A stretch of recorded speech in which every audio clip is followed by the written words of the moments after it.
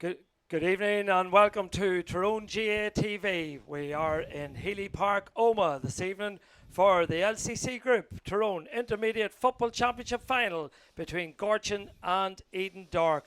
And what a glorious evening we have here. The weather is just spectacular. The sun's shining brightly. Not a very slight breeze blowing crossfield, but conditions are ideal for what should be a cracking final. I'm delighted to say I'm joined in the commentary box this evening by Shawnee Myler. Shawnee, everything all set, ready for what should be an excellent final.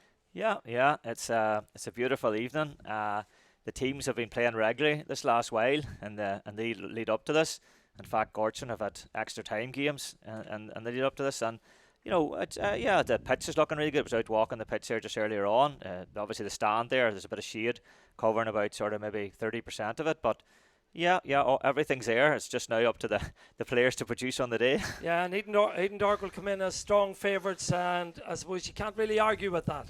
No, you can't argue with that. They played senior football last year, and I was out here when I watched the Carrickmore versus them in the championship last year, and they were.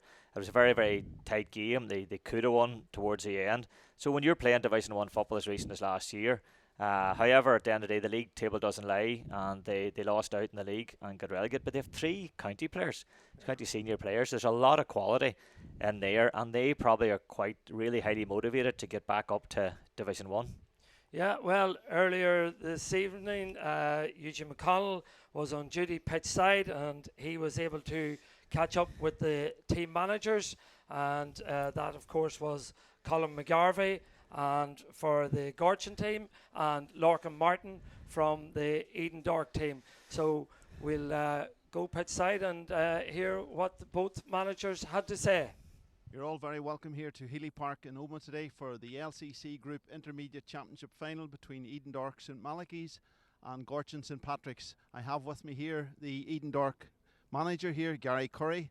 Gary, a lifelong Edendork Gael, and currently actually the treasurer of the club for the past 20 years, I'm led to believe. But Gary has taken over the team alongside Lorcan Martin this year, and so far, so good, Gary. 3 great wins in the opening rounds, and I'm sure you're glad to be here today. Yeah, Eugene. So far, so good.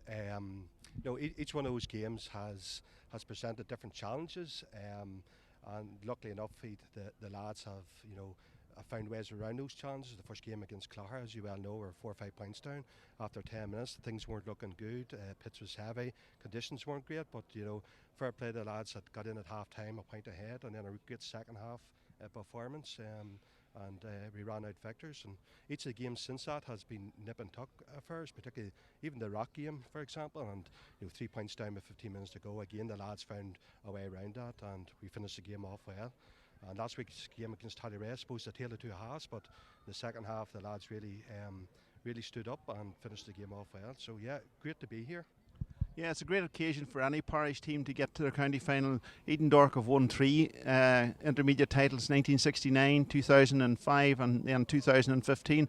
And a lot of this team are still involved with the team that won the title in 2015. And that'll be that experience will definitely be a telling factor today. Yeah, 2015 went really well as well, of course, winning the Intermediate Championship. And there's the spine of the team that's probably still involved in that team. Those guys are still hungry to add to that championship haul. But you've got younger guys, and like said, Neil Kilpatrick and Jack Donny and those guys as well, equally as hungry to get their first championship medal as well. So here's hoping they can do that tonight. And one of the big plus factors that Edendork, having watched them in all the 3 games to date, was there's a great spread of the scores coming from all sectors of the pitch there. You have 12 different scores have contributed to your success to date, and that's bound to be of immense pleasure to you that you have such a distribution of score getters right across the team. Yeah, it has, and certainly when our top scorers, the likes of Darren and Niall and the likes aren't having maybe the best of days, that our guys can step up. But it's certainly one of the hallmarks that Lorcan has brought in at the start of the year. That we need 8 or 9 scores each game, and most of those games we've been able to achieve that target. So absolutely no doubt we will need 8 or 9 scores tonight to get over the big threat of Gortin. Yes, so we're all set for an intriguing encounter, and no doubt you have your homework done, and Gortin's going to present a big challenge. They have played 3 exciting games all went to extra time, so they have that staying power, and they've certainly produced the goods when it comes to being pushed to their cush. Yeah, absolutely. To have the resolve and the mental strength to go that well 3 times, week after week after week, you can't underestimate that.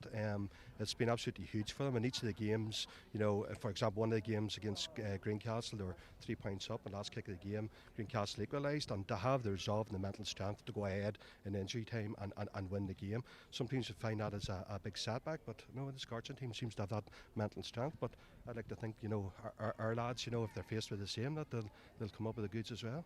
Well, just before we finish, are we feeling as selected for today? All systems go, everybody fighting fit and raring for the challenge?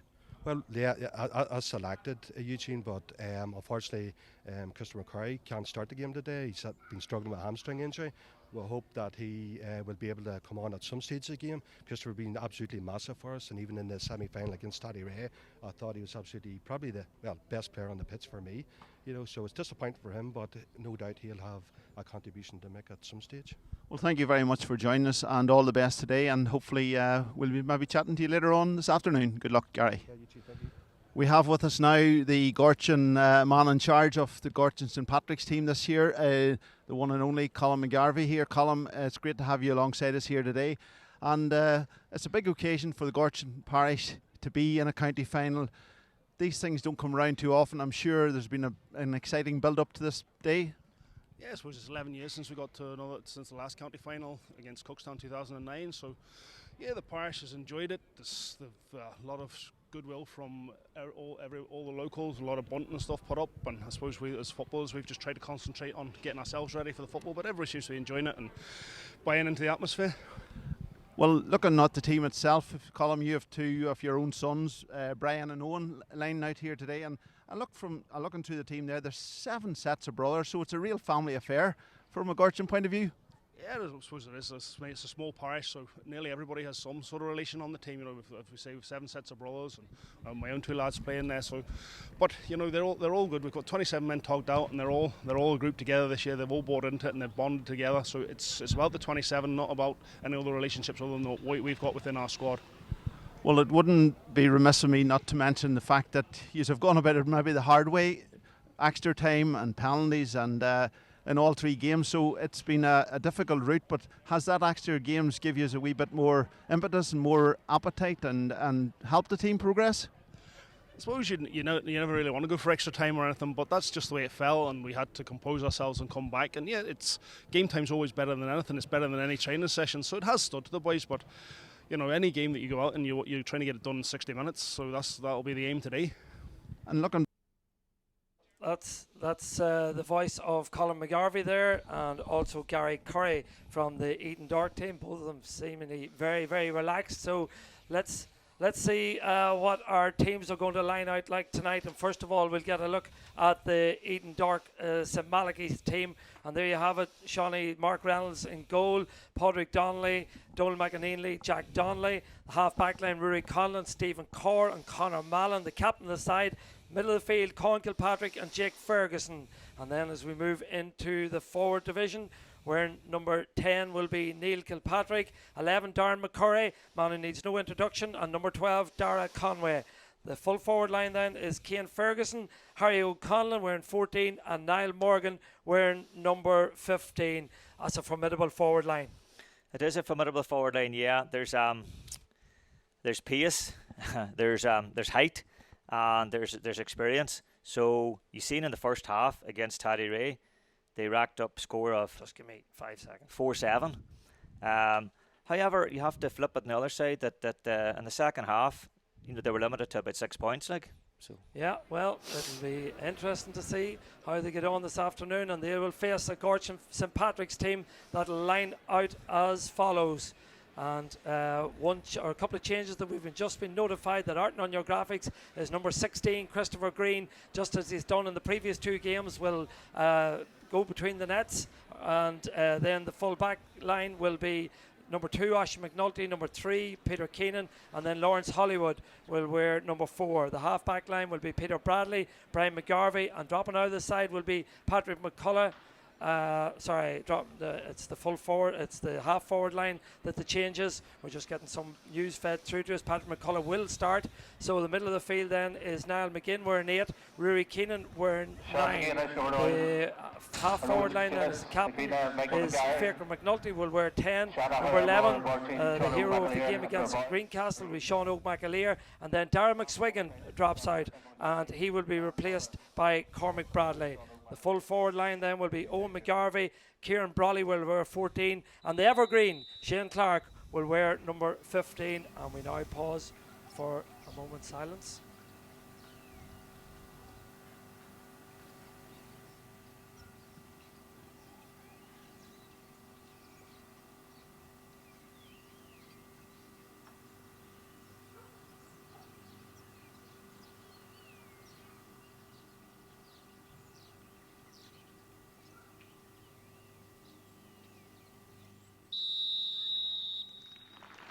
Agus an eis ar an a bhíon a ceanna le Cara Rose Brogan ón Tasman Glass.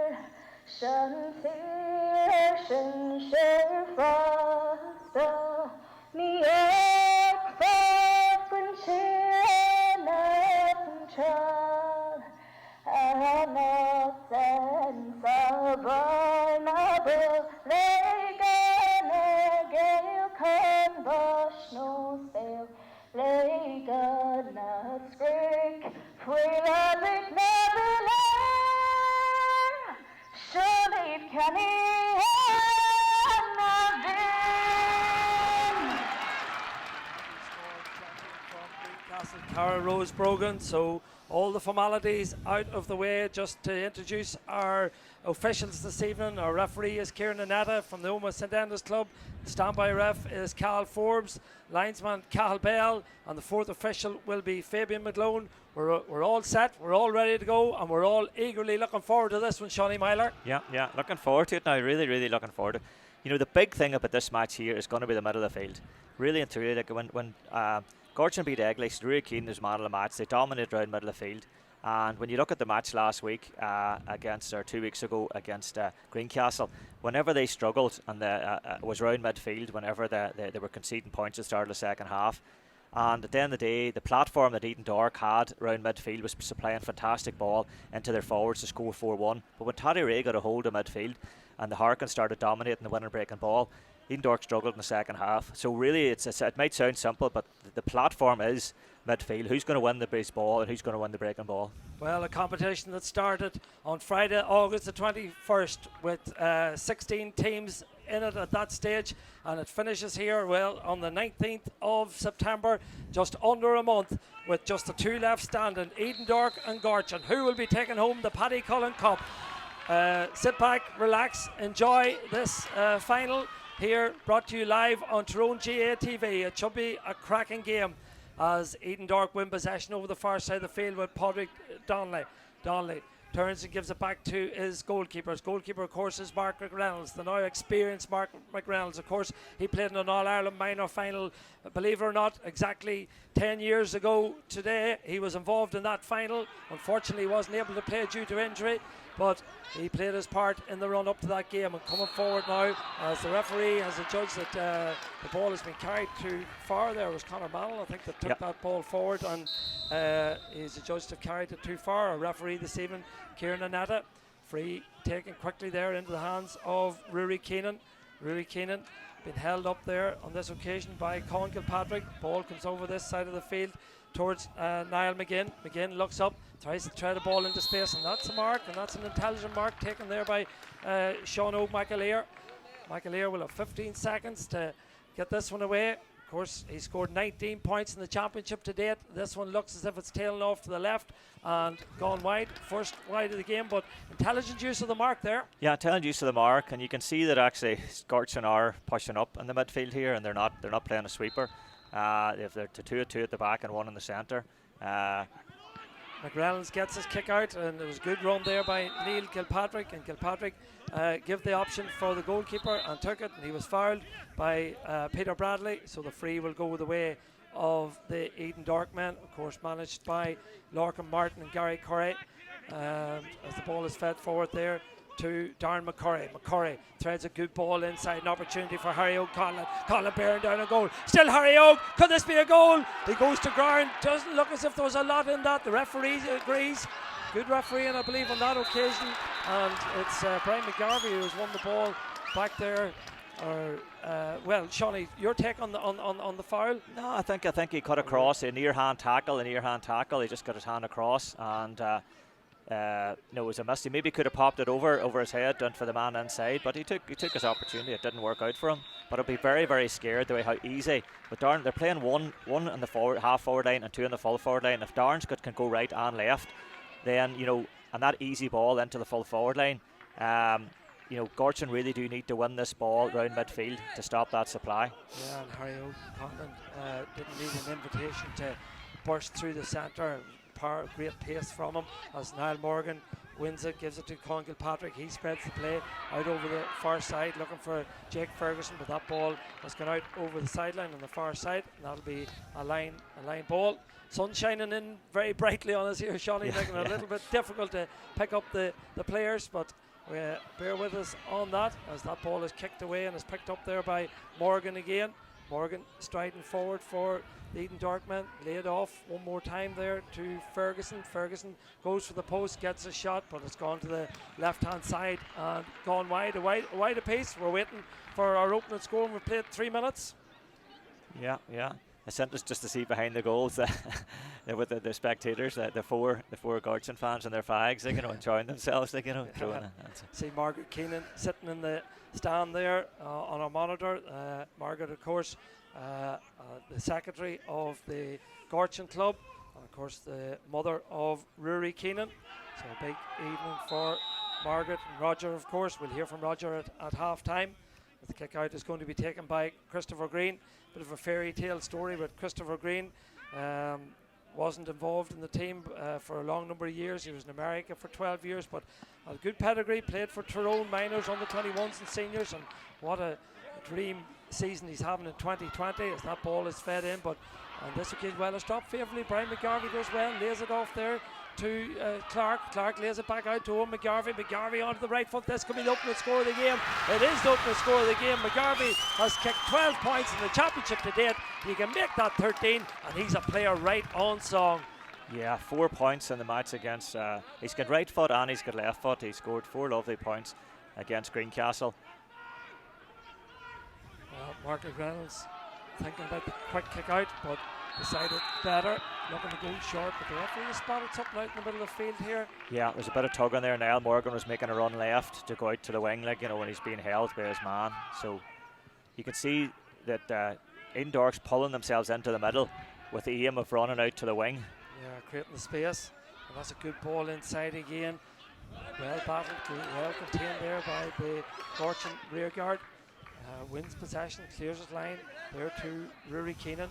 Keenan down below has been faced up there by Niall Morgan. Keenan tries to take him on, and held up again by Morgan. Lays the ball off. Even the linesman below is trying to shade himself from the sun as Sean O'Mcaleer gathers possession. That's a good diagonal ball, interesting ball into the danger area, but well dealt with on that occasion. The referee judges that Padraig Donnelly was fouled, but allows the play to continue. Donal McAneely clears his lines of Maneely. Dara Conway now in possession over the far side of the field. Edendork retaining possession, back into the centre it goes to Stephen Corr. Crossfield ball this near side of the field. Again looking for McCurry. First time threads the ball inside, looking for Harry Ogue. Harry Ogue twists, turns, shoots. Brilliant score. Gaelic football can be a very simple game when it's played like that there, Shawnee Myler. Yeah, diagonal ball. They're using this diagonal ball to Darren McCurry. He's in centre forward, but he can go right or left, but mostly he's going to go left here. and that's about 3 balls he's played into Harry Oak. And so Gortin, obviously their tactics are to push up around the middle, and they're leaving the thing quite open. So we'll see how that turns out. Harry Oak, of course, he was also on that All-Ireland minor winning team in 2010. So if you lift 10 years ago, he lifted an All-Ireland minor title. Will he this evening lift the Paddy Cullen Cup? Well, we'll know that in about an hour and 15 minutes or so. But Gortin will want to have a say on that, and this man in particular, Owen McGarvey, started very well, gives it into Kieran Brawley. Brawley lays it back out there to McKenna, or to Clark. That looks like a foul. Clumsy tackle there by Morgan, I think it was, and really should have known better, I would suggest. Yeah, it was over enthusiastic. Yeah. Like, I don't think Shane, there was about 3 men around him. Shane wasn't really going to go anywhere there, and a wee bit of experience. He stood his ground, and Niall went into the back of him. Yeah, you can see Niall's actually moved to midfield. He's moved to midfield, marking Rory Keenan, and you can see that Jake Ferguson's moved to centre half forward, and Brian McGarvey's marking him. So he is, and obviously Niall McGinn's matching up Colin Kilpatrick. That's the tactical take on the game. We'll have to wait for Peter Keenan to come forward to kick this one. He's kicked 4 to date in the championship. He kicked 3 in the semi-final, and he will make that another one to this evening, and that's a good start by Gortin. They'll be pleased with this. Yeah, Peter Keenan was excellent against Greencastle, like, you know, from the point of view of when he went back to Mark Yahar McCullough, and also from his frees as well, like, you know, so. Ball fed out again, same tactic from the goalkeeper. Mark McReynolds looking there for Neil Kilpatrick, and now the ball kicked forward again. Brilliant kick, and this time the mark will be taken on this occasion by Cian Ferguson. Cian Ferguson, 3 goals in the championship to date, but he rushed that one. He had more time, and he rushed at that one, and he kicked it poorly to the right hand side and wide. He'd be disappointed with that. 2 steps he took. He took 2 steps. You're allowed 4 steps. I keep telling people, if you're allowed 4 steps, take your 4 steps. You can see he just took the 2. And 15 seconds. Yeah, so there was a wee bit of a rush there. Yeah, well, he's a very young player. He's only 18 years of age. He played last week for Owen Rua in a championship final here in Healy Park as well. He's hoping for a better outcome this evening, I am sure. Deadly marksman for the Edendork men in this championship run to date. Has scored 3 goals. That ball is won well by Colin Kilpatrick, and it's definitely a feature of this Edendork team. They want to kick the ball and kick it early and get it into the danger man, and here's one of them, McCurry. McCurry lays it off to Conway. Dara Conway, will he elect to fist it over the bar? Yes, indeed he does. Excellent, smart play by Dara Conway. 4 in the championship to date. He'll make that 5, but more importantly, it levels matters at 2 points apiece. Yeah, we have to say with 9 minutes in, and Cormac Bradley is really struggling on Darren McCurry. I'm not sure who they can pick out to put on him, like, but he's a lot of free space. I'm not sure. I mean, Paddy McCullough for me in the semi-final was fantastic, but Paddy runs forward and gets on the ball. I'm not sure how good he is at man marking. Yeah, well, there's options to be considered for the Gortin management team, because Darren McCurry has been involved in everything that Edendork have been doing well in these opening few moments of the game. Again, the ball is won on this occasion. It's Cian Ferguson. Ferguson lays it off to Corr. Corr from distance. That looks a super score. That's a brilliant score from Stephen Corr. And the one thing I noticed when I was doing a bit of research today, that Edendork have had 11 of their starting lineup have scored in the championship, and that has been shown early days here. Yeah, fantastic. I mean, Stephen, I just reminiscing of his father Justin there, whose father managed Edendork and played for them. I used to play against him, and he used to burst forward from half back, and he'd be very proud of that score. But the last 2 balls, Rory Keenan and Niall Morgan both jumped for it, both missed them, and Colin Kilpatrick has won both. One he burst through the middle and he laid on there, and the one before that he burst through the middle. So, you know, that breaking ball, Gortin, very important for Gortin to get around, and if it's not going to be cleanly caught, they really do need to win this break. Yeah, and there's no option for them to go short, because Edendork have pushed up fully. Well, the break ball is won on this occasion by Keenan. Keenan lays it off there, and this occasion is picked up by Brian McGarvey. Well, the referee has said that no advantage accrued for Gortin, and the Keenan was fouled, so the free will go the way of Gortin. And maybe Sean O'McAleer might fancy this. You know, he certainly, I think he'll have the distance here, Shawnee, but I suppose it's all about accuracy. But what about that score that he got against Greencastle to win it? He'll live on that for a long time. Well, short one's on here. Sorry, Shawnee. Back it goes to McAleer. Intelligent play. Can he finish? The answer is no. He's pulled it to the left-hand side and pulled it wide. But, well, I'd see him his first free kick he pulled to the left well. Whatever way is his body turning his body around. On the 2 occasions he's done that. Like, you know, he is an excellent player, but that's two misses, and Gortin can't afford to Talk miss. to me about what's going on here in the middle of the field. There's about 10 players all in the circle. Edendork, obviously, this is the plan. They pull everybody into the middle, and they're going to float the boat out to the side. There's the ball kicked out to the side to Jake Ferguson. Yeah, Jake Ferguson's first touch is pretty poor. Credit to Brian McGarvey. Brian saw the run, he ran after him, and he put pressure on him, and he forced him to. Yeah, he tracked him the whole way, and then he wanted to take the line ball quickly, and wasn't allowed. So smart play by Brian McGarvey, and gives Sean O'McAleer another chance. Well done to Brian. They're just seeing the way that. But obviously, Edendork's tactics in the big wide pitch is to pull everybody into the middle, and then kick the ball to the wing forwards. And opportunity here now for McAleer. You're watching Tyrone GA TV, and wherever you are in the world, if you're a Gortin fan or an Edendork fan, I'm sure this is a massive evening for you, and well, it is for your club. On days like this, it means so much to clubs, and particularly the year that we've had. And there's Sean O'McAleer registering his first score of the evening, and that means that the sides are level again after 12 minutes. So it's been a good start. Yeah, I'm sure his cousin Sean Coyle now out in America, as he played recently there, would be happy with that one. Along with the Aaron Devine and Chrissy McLean, who've been playing up to recently, but they're away at the moment, like so there. The ball now is in the hands of, well, it's broken there favourably, and going back and gathering possession there is the Gortin men. Credit to Cormac Bradley there. Cormac got up and punched the ball down with his jump with Darren, and he broke on it. There was somebody available to pick it up, which was well done to the defence, but you know, that'll give Cormac a wee bit of confidence, so it will. Yeah, strong play there again from Keenan. So much rests on his broad shoulders here this evening for Gortin, as the ball is fed into the forward division. Not the best ball in the world, left so much to do for Owen McGarvey on that occasion, and Edendork tried to clear their lines quickly. The ball breaks down below us, picked up there in the middle of the field by Jake Ferguson. Ferguson goes to ground, and he's fouled by Shane Clark. Free for the men from Edendork, taken quickly. McCurry gathers it 45 metres out. McCurry looks up, sees what's in front of him. Wide open space of Healy Park is what's in front of me. Still going McCurry! What a goal! Darren McCurry! He done it all himself. He scored 21 points in the championship to date. He'll make that 121, but that there wasn't about Edendork. It was all about the class of Darren McCurry. Yeah. What a goal. Yeah, credit to him. We pointed that out earlier on. When you're going man to man and no sweeper, it opens up. He turned and he sped off.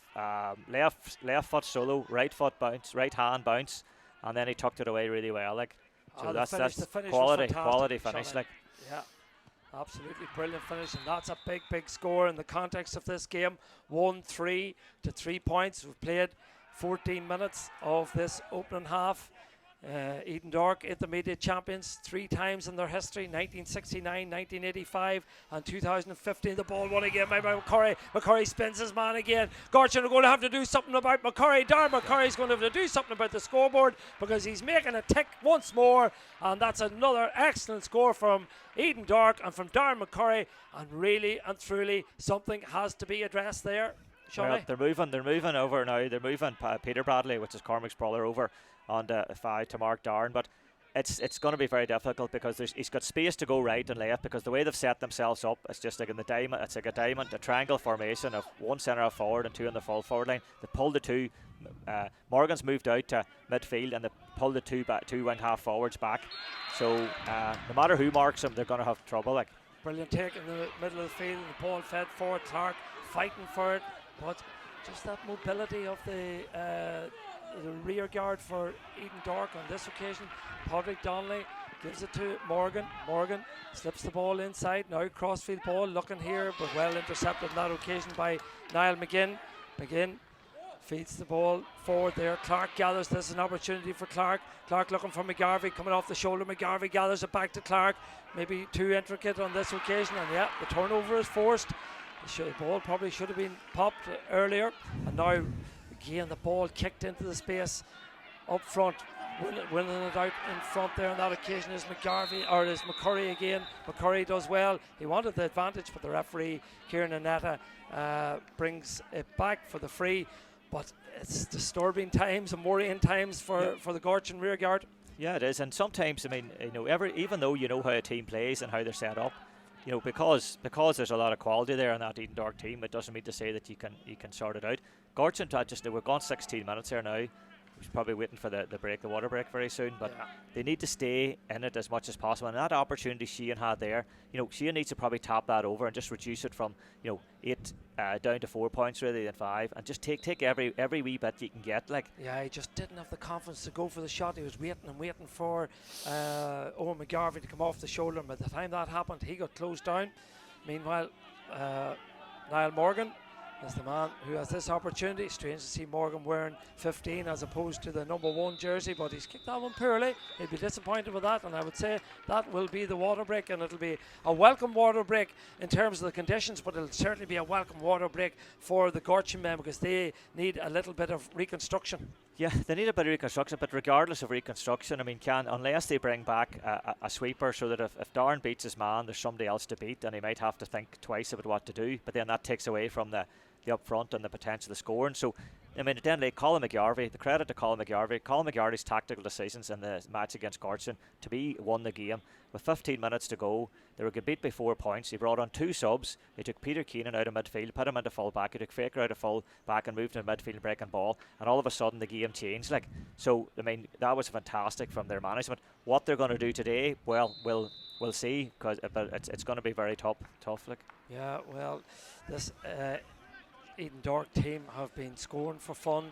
They've played 3 games in the championship, and they've totted up a magnificent tally of 7 goals and 47 points. They conceded 6-25 for those goals, of course, against Taddy Ray, as Shawnee has talked about earlier, whereas the Gortin men, they were more conservative in their scoring. 2 goals and 50, and of course their 3 games went to extra time as well. So in terms of the scoring stakes, we always expected Edendork to score high here this evening, and it's whether Gortin can match that or not, because the talent is in this Edendork team to ratchet up big scores. They've won possession again, and Niall Morgan will be the man who will take the free for Edendork. Crossfield ball again into space, and again won very easily by Darren McCurry. McCurry takes on his man, leaves his man for dead, and Darren McCurry is putting on an absolutely world-class show here this evening. That's a goal and 2 he's after notching in the space of the last 4 minutes. Yeah. So again, it's back. They win the ball. They've won the break ball, and then they play diagonal ball across from the sort of right half back or centre over to the left half forward, and Darren turns right or left. So it's there for everybody to see the quality. Yeah, it was 3 points apiece in the 12th minute of the game. We're now in the 19th, and Darren McCurry has hit a goal and 2 without reply, and that means it's 1-5-3, 8-3, 5 between the sides. And again, Edendork have won the free on this occasion. It's Neil Gilpatrick, a brother of Colin, of course. He's a member of the Tyrone under-20 team this season as well. Meanwhile, one of the Edendork players is down there. I see Brian McGarvey and Cormac McGinley on our screens here talking together and wondering what can be done. Meanwhile, the referee is indicating that there's a blood sub on this occasion, so the game will be held up for a wee moment. Edendork have done well around the middle too there, so they are Niall's competing well. Let's get attention here, Shawnee, I see. Niall Morgan.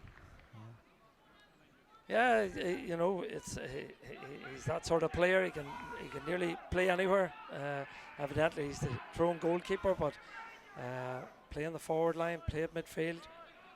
As Lorcan Martin, the manager, is talking there to Colin Kilpatrick. And players has to go off to Harry O coming out to midfield as the blood sub, and they're bringing on number 20 there coming on, and that is Emmett Hughes, just 21 years of age, another young player. Ball fed in, who else? Darren McCurry wins it, 45 metres out. McCurry this time takes the pace out of the game, lays it off there now to Harry O'Conlon. Conlon twists and gives it back one more time to McCurry. Foot pass with the left foot. Just about retained possession on that occasion is Neil Kilpatrick. Kilpatrick needs support and help. That's a good ball, threads it inside, but wasn't picked up there by Conor Mallon. And the Brian McGarvey wins it, gives it out there to Keenan. Gortin Or done two. well there as regards getting men back, like, and putting pressure onto the Edendork guys.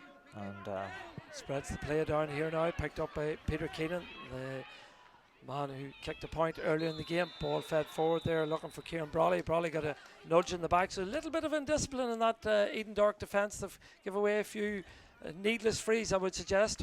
yeah, they've been inactive there for a while. The ball hasn't come up. So Kick taken quickly to McAleer, and again he's pulled it to the left-hand side. And Johnny, you've three in a row. alluded to this. That's yeah, three in a row. Whatever way he's moving his body around, or his position of his foot, like when you do 3 in a row there, there's something as he's turning around, maybe twisting around too much. Well, there was a bit of a personal battle here this evening as well for being the top scorer in the Intermediate Championship, and that was between Darren McCurry and Sean McAleer. McCurry had kicked 21 points and McAleer had kicked 19, but I think Darren McCurry has sealed that prize as well. He's already kicked 1-2 in this game. McAleer has just kicked the 1 point as Edendork battle for possession over there, but again another turnover, and this will give the Gortin men a little bit of confidence on that occasion. I think it was Niall McGinn over there that done well. Supporters getting behind their teams, encouragement coming from the stands. Not a big crowd here, of course. Referee keeping a close eye on proceedings, calling a couple of players over, wanting to have a little word with them. But again, credit to Gortin there. They got their men back. They fell back really, really well, and they put a bit of pressure, and they forced. It wasn't an easy ball to play in, and they forced the Edendork guys to run at them, and they swarmed around them and broke the ball. And that's the second turnover now in a row. So again, that'll give them a bit of confidence. But they really do need to score whenever they go up. Like, yeah, a little bit of encouragement for them defensively, but it's up front now where they need to register, and again the pressure's been put on here. The ball's on the ground. What will the referee decide here? Possibly a throw up ball. No, he allows play to continue, and that now looks like a free to the Edendork men. And look, at when it comes to hunger and desire, there's no difference between the teams. They're battling really, really hard out there for anything that they can get, and on that occasion it was Edendork who won the free. Very, very unlucky there. Niall McGinn, I thought he was very unlucky. He was down twice, picked the ball up, made tried to burst out. He was making a real effort, so he was unlucky. McCurry takes a short one over there, looking for Conor Mallon. Mallon going forward. Mallon gets the shot away, back off the upright. Back into play it comes to Jake Ferguson. Can he finish? The answer is yes. Jake Ferguson pops it over the bar. So that's 1-3 without response, and the game's drifting away. 6 point gap between the sides now. Yeah. So Jake Ferguson registers his first score of the game in the 24th minute. Kick out will be taken by Christopher Green, but meanwhile I think Niall Morgan, it'll be easy for us to identify him now. I know he has a bandage round his head, so he's come back on the field of play, and going off after a short sojourn is Emmett Hughes. Kick out will be taken by Christopher Green. See Harry Oakes staying out in midfield there. Yeah, that physical presence out there, very commanding. Ball goes up, one there, but the ball given away. But the referee judges that there's a foul. Brilliant catch there. Yeah, super take by, was it? It's Paddy McCullough. McCullough. Ball fed in. Clark contests it, but back there is Niall Morgan. Morgan lays it off. And Edendork come again in the shape of Conor Mallon. Mallon feeds it forward there to Harry Oak Conlon. Harry Oak lays the ball over the far side there to Colin Kilpatrick. Kilpatrick is fouled, says the referee. It's got a bit scrappy, Shawnee. Yeah, it has. But Gortin's doing well to get among them. They're hitting hard and they're getting among them. But that's what they need to do. Niall Morgan in possession. 25 minutes played again. Kick passing. Direct into the forward line, and McCurry's drifted in behind in plenty of space. McCurry onto the right foot this time, gets his shot away, and McCurry's shot looks good. McCurry's shot has sailed over the bar.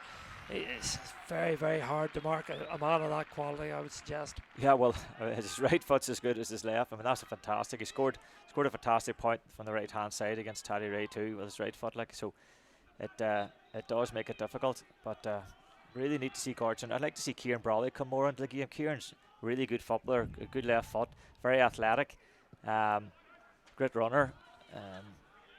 That's a good kick out on this occasion, and well fetched in the middle of the field by Rory Keenan. Keenan took the mark, but then he's been tackled and the ball turned over one more time, and it's in the hands of Jake Ferguson. Ferguson spreads the play, not a good ball on that occasion. Easy cut out there, and gives the opportunity now for Gortin to build again. The ball in the hands of Rory Keenan, but as soon as Keenan gets it, a couple of men surround him, but picking up the pieces, Patrick McCullough. McCullough lays it back to McGinn. McGinn lays it inside now, looking for Brian McGarvey. McGarvey into space. That space is filled by the captain, Ferk McNulty. McNulty back to McGarvey. McGarvey from distance, but an excellent block. Will it go out for a 45 or will it be kept in play? It's gone out for 45, but an excellent block on that occasion. Yeah, good block. It just seemed that Faker didn't want to shoot there himself. He was looking around for the shooter. I just like to see what Gortin do win the ball. Maybe kick the ball in a bit, and kicking it to Kieran Brawley and to Owen McGarvey. Those two players are very, very good players. Just they got to try something. Yeah, quick kick will be taken there, and the ball is in the hands of Cormac Bradley. Back it goes then to Keenan. That's a fine effort from Rory Keenan, and that's the sort of leadership you need on a difficult evening so far. But Rory Keenan, he was the man who guided, of course, the Gortin team past Eglish with his leadership, and again there he showed brilliant leadership as Sean McKenna comes onto the field of play. So good response. Yeah, good response. Rue done that whenever they were 11-7 down against Greencastle. Rue scored a brilliant point too, just to start the comeback. So 27 minutes played, first score for 15 minutes for Gortin, but now is the gap back to 6. Just didn't pick up who Lucky went there off now. the field of play. Lucky there. If you look at that there, most times that's a black yard usually when he flicks the ball on, but not to happen. Niall Morgan is the man who threads the ball forward. Who else but Darren McCurry. McCurry taking on Peter Bradley on this occasion. Still McCurry puts his body across. There's a strong play from McCurry. Can he finish? I don't think he can on this occasion.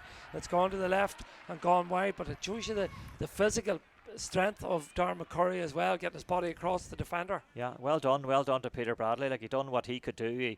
He was pushed out there. He pushed him out a wee bit to narrow the angle, and that's the first that Darren's missed. So credit to Peter. Hope that'll give him a bit of confidence. Yeah, 7 sets of brothers on the Gortin side. The McNultys, the McGarveys, the Bradleys, the McKennas, the Hollywoods, the McCulloughs and the Clarks. So it certainly is a close-knit club. It is close-knit cut, as you say, and there's cousins too, from as well as brothers, and then there's different ones that are cousins, so they get the best out of their players, when they have a range of people at 19 years of age to 39. So yeah, all credit to them. Ball fed forward again, laid off there by Darren McCurry into the willing hands of Jake Ferguson. He scored a point already. Back it goes to McCurry. McCurry thought about it, gives it back again to Ferguson. Possession, the name of the game at the moment. Then we're looking for the runner, Stephen Corey's kicked a point already. That's a super block by Brian McGarvey. Excellent block. Ball breaks favourably, however, for McCurry. Sean McKenna putting in the tackles. Back it goes, however, to Harry O'Connell. Gives it crossfield there to Niall Morgan. Morgan, 65 metres out, goes round his man. Still Morgan. Morgan from distance. His shot is on its way. It's dropping. What a score. What a score from Niall Morgan. Super score.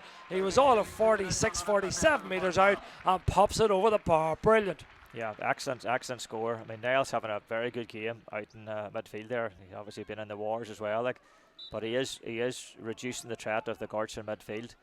As soon as he got that ball, you just knew there was only one thing in his mind. He created that little bit of space to get a shot away, and what a shot, what a score. Only up to 4 points, but here come the men from Gortin St Patrick's, and it's Rory Keenan. He scored a point a moment ago. Can he get another?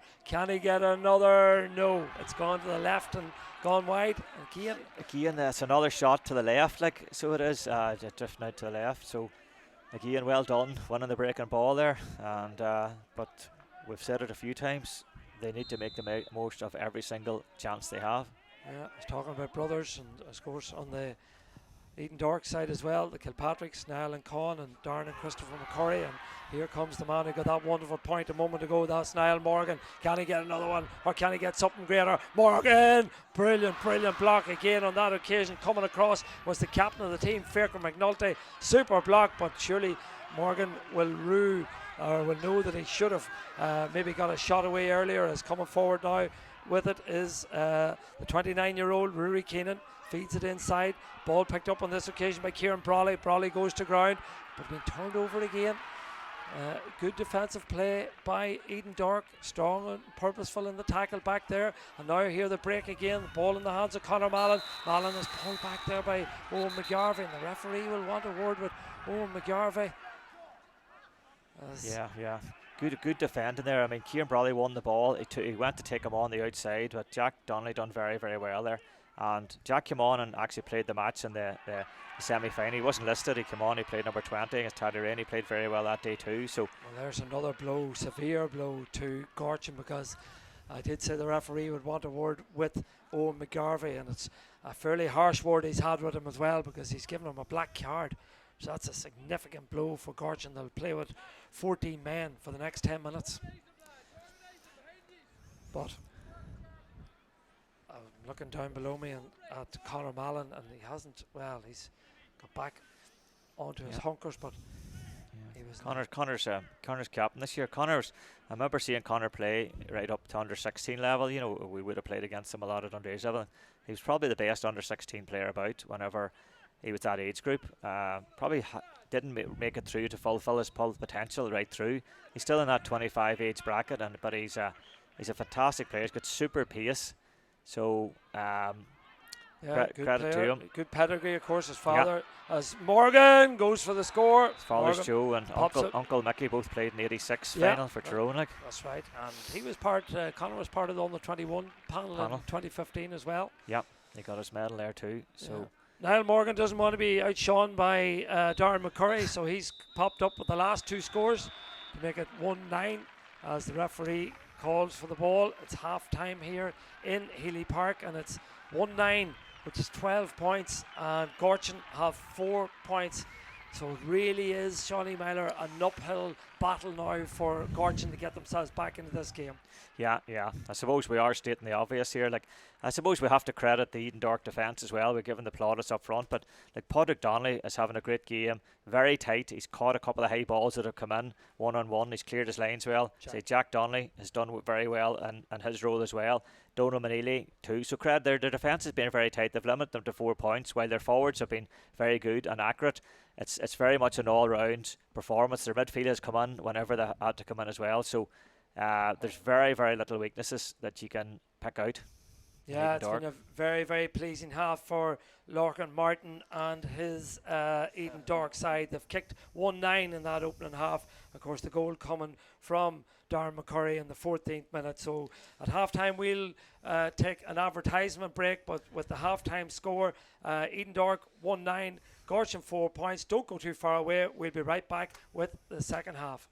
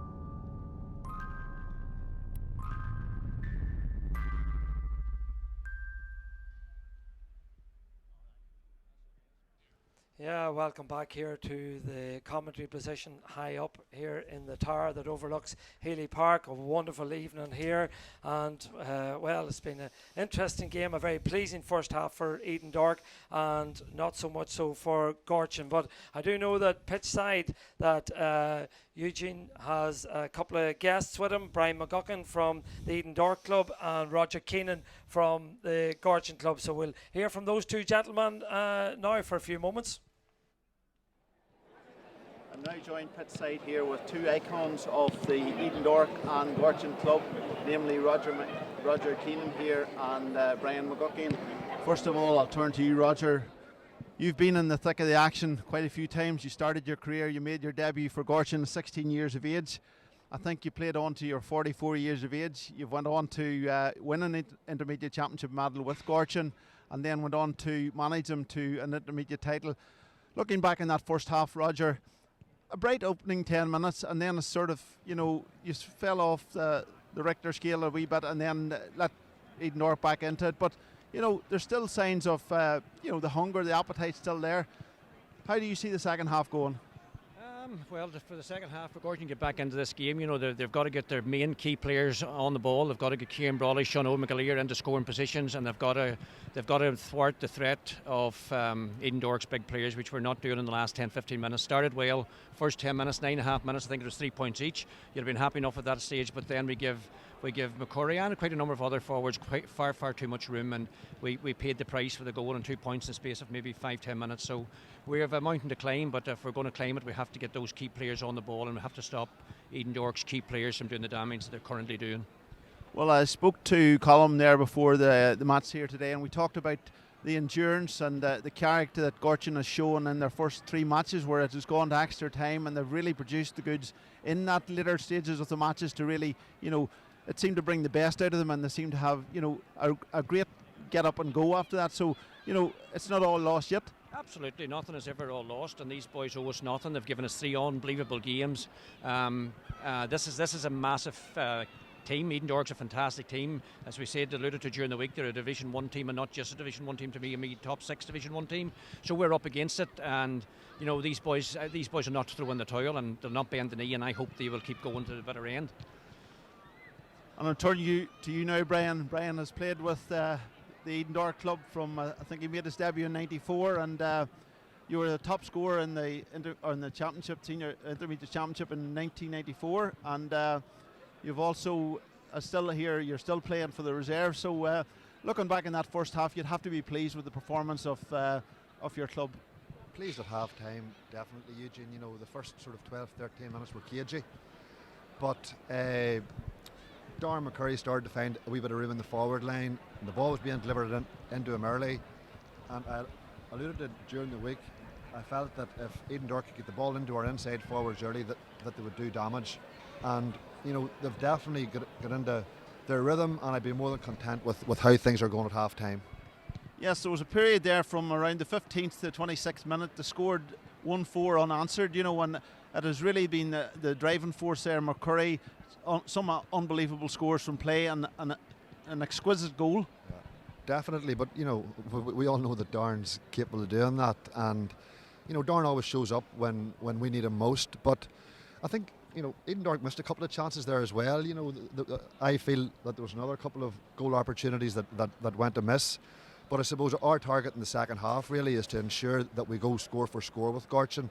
We understand that Gortin will come here with a big push. We know that they've got staying power, but we'll be prepared for that hopefully, and with all going well, we'll be able to see this game out. So before we hand you back here to Ger and Shawnee here in the studio here in the press tower here, Championship football brings out the best in every club, and it's days like this here that the parishes really look forward to, and I'm sure Gortin's no different than any other parish. It's occasions like this that players want to play in. Eugene, you know, been a proud Clogher man that this last 2 weeks in Gortin has been fantastic. Like, you know, there's been flags all over the parish, and it doesn't matter. I mean, it does matter what happens here today, and I know we want to get back in this game and we want to win it, but this will leave a legacy among the young people of Gortin, and not so young as well. So, you know, it's just not all in the hour or the hour and 5 minutes that happens here today. It's about much more than that. And even, you know, just to allude to these games being streamed live, I think it's given a platform for club football that I have never seen before. And it's just been fantastic, and the viewing numbers and all of that just speak for itself. Yes, that's it, folks. We'll hand you back now to the two lads in the studio, and hopefully we'll meet up with some of you guys after the match. But thank you all very much again. Well, that was interesting to hear the words there, pitch side of two greats from Edendork and the Gortin club, Roger Keenan and of course Brian McGuckin. And I suppose Roger was very frank and honest, Shawnee, as to what situation his club finds themselves in. Yeah, he was very frank and honest. Like, I mean, at the end of reality, we can't sugarcoat reality at the end of the day. And I mean, he did talk about solutions moving forward in the second half. And the bottom line is, he knows that you have to get their key players on the ball, and getting Sean Oakmore on the ball and getting Kieran Brawley on the ball to try and get some scores. Like, so that's the plan. So it is, and it's up to the boys, these boys in blue, who, as he said, owe them nothing, and also have shown in the last number of games that they can do it.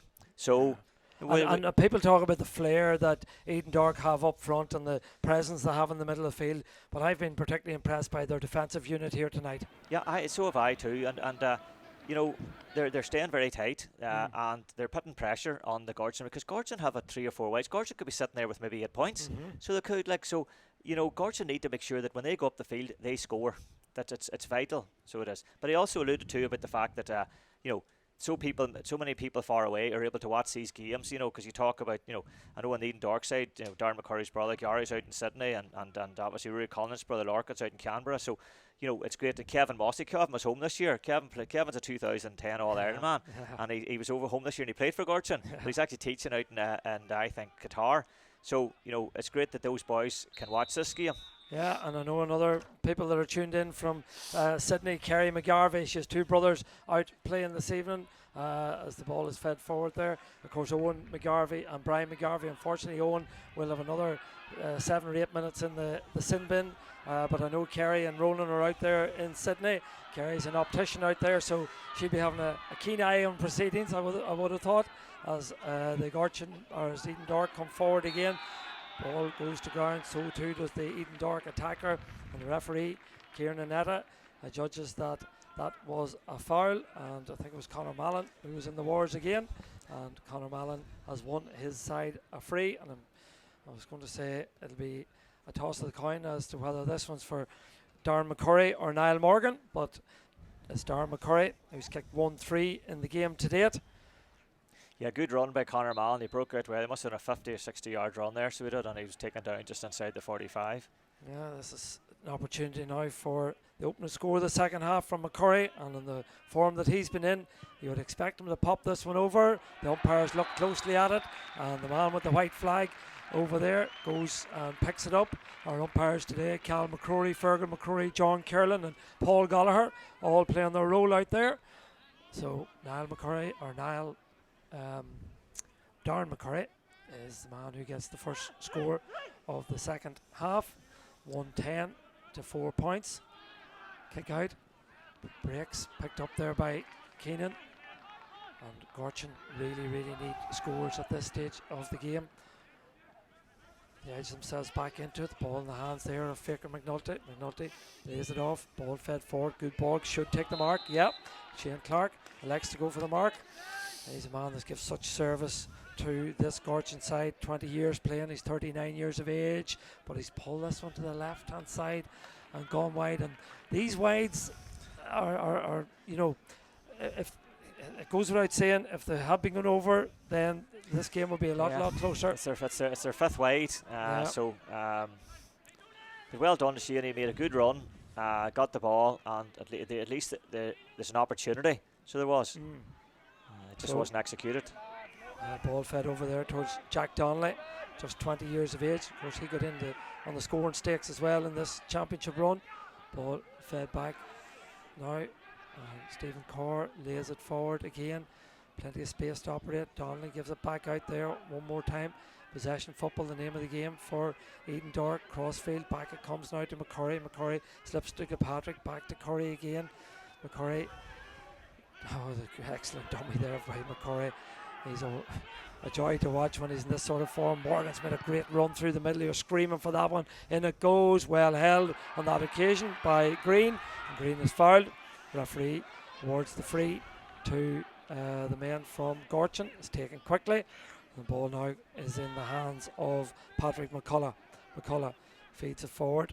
Ball eventually comes to Faker McNulty. Back it goes to Brian McGarvey, the pharmacist, 29 years of age, over the far side of the field. Opportunity for Gortin to build an attack and hopefully register a score. Not a great ball in, it has to be said, and easily dealt with back there by the Edendork rear guard. Poor ball in, Shawnee.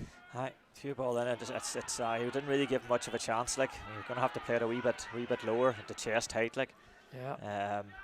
Donald Manili. Well, Donald's done very well. He's played very well, isn't he? He's played very well. He's around that sort of mid-20 age group. Like, he's been very good underage player for them over the years, and solid in there in full back.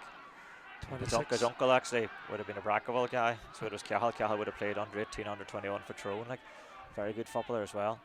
26 years of age, Donald Manili, and he's in possession of the football. We'll not miss him with his orange boots anyway. As the ball now goes through the hands, and Edendork come again, looking for another score, laid off there to Neil Gilpatrick. The referee judges that there was a foul, and he'll call it back and give the free further out the field. The advantage didn't accrue, so free will go the way of, well, he's going to bring it forward here as well, and he's taking a yellow card, and he's giving that to Rory Keenan. So a little bit of frustration building in the Gortin ranks. Yeah, you can see they're being frustrated, but ultimately they have to manage their emotions, so they do, and that's not going to help. A free kick coming in a bit closer. I'm surprised that this one isn't being taken by Morgan, but it's Darren McCurry. He's going to take it out of the hands. He's going to be 46 or 47 metres out when he kicks it. He's thinking about going short outside the left boot. It's on its way. That's just superb. Absolutely superb. I don't know, what do you say? Yeah, that's quality there. He took the 2 steps back outside of the boot, split the post, like, so quality. But I'm sure Tyrone are so happy at the moment if they're watching the likes of Darren and the way he's playing at the moment, with them only starting back, this week, and for their matches taking place next month. And on song, Darren McCurry is something that Tyrone could do with, and if you add in the fact that Conor McKenna's home now too, it just maybe augurs well a bit for the county side when they get started up next month. Yeah, if my memory serves me right, Darren McCurry had a blistering start to the McKenna Cup. I think he even got man of the match in the final. He was playing very well, and when you look back to the league games, he was playing well. Obviously, he got man of the match against Kerry as well in the league. So, he has really pushed on this year, played well. So, I appreciate it's a club game rather than a county game, but at the end of the day, if he's on form, he's on form. Like. Oh yeah, and he's full of confidence. It's clear to see, and it's interesting when you read during the week, in the lead up to this, the players are all really, really enjoying their club football because they've no distractions, and that seems to be a key thing. Focus is a big thing. Giving your focus to something, because there's an old saying, like, where your focus goes, your energy flows. So they're able to give that focus and energy just to one team, and that's proven beneficial. Like. Well, here's an opportunity now for Gortin. High ball in, looking for Clark, up the go for it again. Clark done really well and calling for the mark. Surely he should have got the mark there, but maybe it's to the advantage. The ball is flicked forward. I think it's Patrick McCullough who's straight forward there, but you see this thing on the mark. I mean, Shane Clark went to ground there. He was trying to put up his hand. A couple of times he tried to put it up, but the referee didn't acknowledge that. I think we need to see, if you play back, we need to see where he actually kicked the ball from. He may have been inside the 45. Right. I don't know yet until you would see a replay. Well, it's a point for Gortin anyway, which materialises 7 minutes into the second half. 1-11 to 5 points, and Edendork are in possession with Harry O'Conlon. Harry O spreads the play over the far side of the field. An opportunity for Edendork to register another score. This is really good play, still going through and fisting the ball over the bar as Conor Mallon, the captain of the side, playing a captain's role. That's his second of the day, I think it is. He deserved that. He's made some fantastic runs down there. So he is. I think Roger made that point of trying to get Sean Ogue on the ball more, and maybe throwing Sean Ogue into full forward. He's tall, he's athletic, and you know he's a sharpshooter, like, because he's struggling out in the half forward line. So maybe some wee changes, positional changes, would help. Yeah, in fact, it was the first point that Conor has got today, but he's been involved in a lot of the good that work that the Edendork side have been doing in this game to date. As the ball is fed forward by Niall McGinn, looking for Clark. That's a good ball. Well, he done well to retrieve it. Was he fouled? Referee says yes. Hand is up, so the free will be brought back. But you have to give credit to Clark. He's battling hard in there as the kick is taken quickly by McKenna, and over the bar it goes. He was thinking about the goal on that occasion, but good on him. Good on him. I mean, we're now at the stage of risk reward. I mean, they have to take risk. Gortin have to really. Are you going to go out to win the game, or do you not want to lose it by so much? So credit to them, like. Yeah. McKenna, who was introduced in the first half, and you have to remember, of course, that they're down to 14 men still, with Owen McGarvey, who was black carded late in the first half. As the ball is fed forward now for Owen Morgan, very close to the sideline, keeps it in. Of course, played a bit of soccer, so he shows his soccer skills there. That's a strong challenge by Ferkin McNulty on Niall Morgan. He's been in the wars a couple of times, but strong challenge. Yeah, strong challenge. Yeah. Faker's a tough lad. So he is. His younger brother playing Austin in the corner as well. Like, he done well around the middle area against Greencastle in the last 15 minutes. Obviously his older brother, and Gortin, obviously, when you look back there, Dermot McNulty was a super duper player. The fact that he's not playing, and they think back to their great grandfather, played for Ernie. Robert, he won a minor in 47 with Tyrone, and Dermot won the minor with Tyrone. It's funny when you think of the path. They both won All Ireland, and they both beat Mayo in the final. Yeah. Well, Edendork take the kick quickly, and it's in the hands there of Colin Kilpatrick, and they can play it on their own terms now. They have a comfortable lead, 15-6, 9-point advantage. Ball in the hands of Darren McCurry. McCurry spreads the play over there towards Donald Manili. Manili coming forward for the Edendork men. Pressure being applied, but done very well. Got around McKenna very easily. Feeds the ball forward. Retaining possession is Jake Ferguson. Strong player, Jake Ferguson as well. Gives it back to Conor Mallon. Conor Mallon working really hard, but bringing it into a bit of bother there. And being turned over on that occasion. Eventually, it comes into the hands of Patrick McCullough. And McCullough is fouled, and the free will go the way of Gortin. Of course, Gortin were intermediate champions in 1989 and 2003. And on that day in 2003, Colin McGarvey, their current manager, he played, and Roger Keenan managed the team.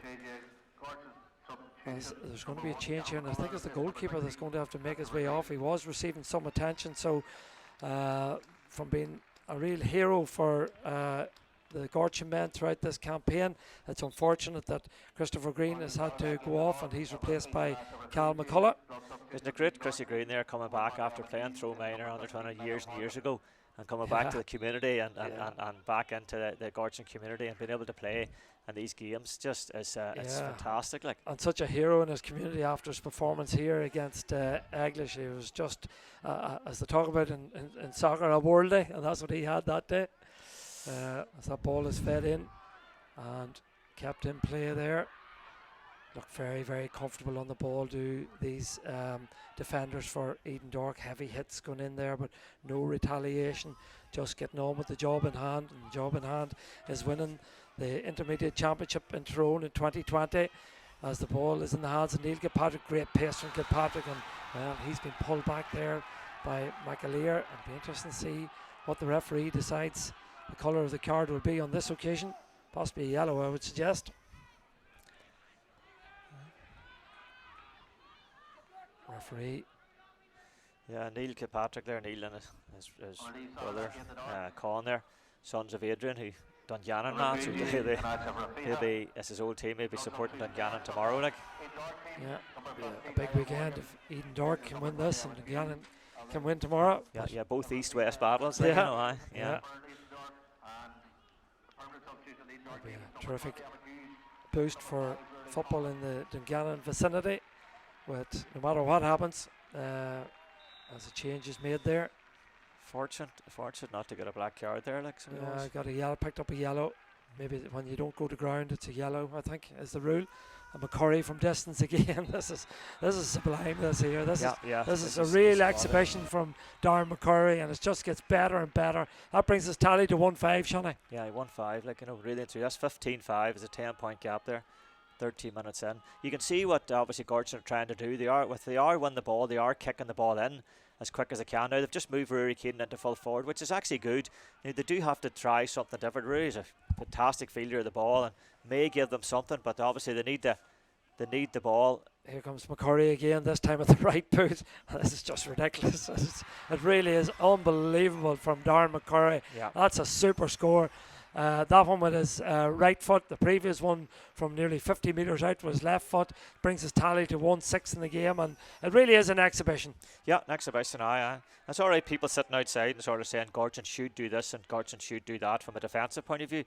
But they're throwing everything at it. McCurry's he's on fire at the moment, so he is. Yeah, his confidence is sky high. Brian McGarvey followed him, went the whole way out, pushed him out to his right foot, but he was that good to be able to score with his right foot. Yeah. Both feet can just as confident on either as Clark does well. Gathers possession, gets it to Keenan. Keenan goes for the post. That's a fine effort from Keenan, and over the bar it goes. So Rory Keenan's not thrown in the towel. Anyway, that's his second point of the day. Yeah, well done to them there. I mean, Sheehan, Rory battled for the ball. Sheehan battled for the ball and laid it off. So they have a two-man full forward line in there, and they've got to win this break ball here. They've got to win the ball out here. Look what's happened. Niall Morgan. Yeah, great ball. Morgan fires in a terrific ball as well. Oh, it was fortunate on that occasion for Osher McNulty, but fortune favours the brave. And now Faker McNulty, the older brother, is addressing matters as Lorcan Martin looks on. The man who played his youth football, of course, in Edendork, but played his adult football in English. Famous family of Martins from the English club, and that's a yellow card there for Dara Conway. I think it's the man who picked it up. So can the Gortin men start to build on that fine score by Rory Keane, and the ball fed over towards McAleer. McAleer treads a good ball inside there looking for McKenna. McKenna been closed down, and the ball is turned over again. Solid defensive play by this Edendork side. Turn the ball over and they can start to build again over there on the far side. Conor Mallon goes to ground. The referee says he threw the ball, so referee awards the free. Gortin's definitely getting among them here. Yeah. They're being tough. They've been rugged. They're leaving nothing out. We need a score here. Yeah, Owen McGarvey's back on the field of play. So McGarvey with that shot, but McGarvey's shot has gone to the left and gone wide. Forced it a bit there. Yeah, forced it a wee bit.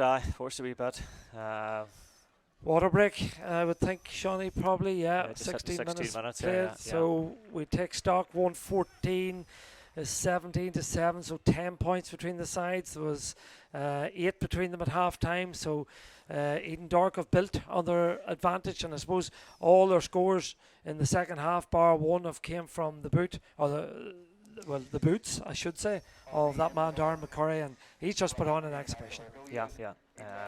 Well, I mean, it's probably hard to sort of talk more about it, but it is quality, and it is a right foot, and it is left foot, and it's obviously points from frees, points from play, and obviously he got his goal in the first half as well.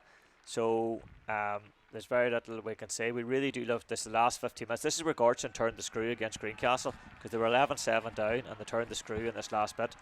Maybe Dara McSwiggan, if Dara's in. Dara came on the last time and scored 2 points. He's got a wee bit of pace. So he has Rory been in there in full forward. Helps, but the ball needs to be good. It needs to be better compared to that last one that went in. Yeah, I'm surprised McSwiggan isn't on, because as you say, he made a significant impact. Maybe he's carrying, and we've already brought he's already brought Sean McKenna on. Sean the Great coming on, scoring 1-1. and he's got involved, Sean. He's aggressive. He's son of Peters, who played in the '85 team, and he's given them something. Yeah, and McSwiggan, when he came on, he kicked 2 points from memory. So if he's fit at all, he'll be introduced, one would think, as Morgan takes another brilliant catch and tries to get Ferguson going over on the far side. Ferguson cuts inside. Did he carry too long? Referee says no. Turns on the right boot again, dropping in round the danger area. Oh well, held, has to be said, by the replacement goalkeeper, Cal McCullough. And Gortin come again now in the shape of Peter Bradley. Peter, son of course of Jared Bradley, man who's involved in a lot of the technical work in Tyrone GATV, as the ball is fed out now towards Kieran Brawley. Brawley, father a dairyman from Claudy. Brawley still in possession. Brawley from distance in. Rory Keenan will fancy his chances going up for this one, but it breaks favourably and into the hands there of Emmett Hughes for Edendork, and referee awards the free to the Edendork men, and in fact will bring the ball forward for a little bit of nonsense that took place afterwards. Yeah, again, good reading the defence, the Edendork defence. So they've conceded 4 in the first half. They're conceding 2 points every 15 minutes. Like, that's not a bad stat, to be fair.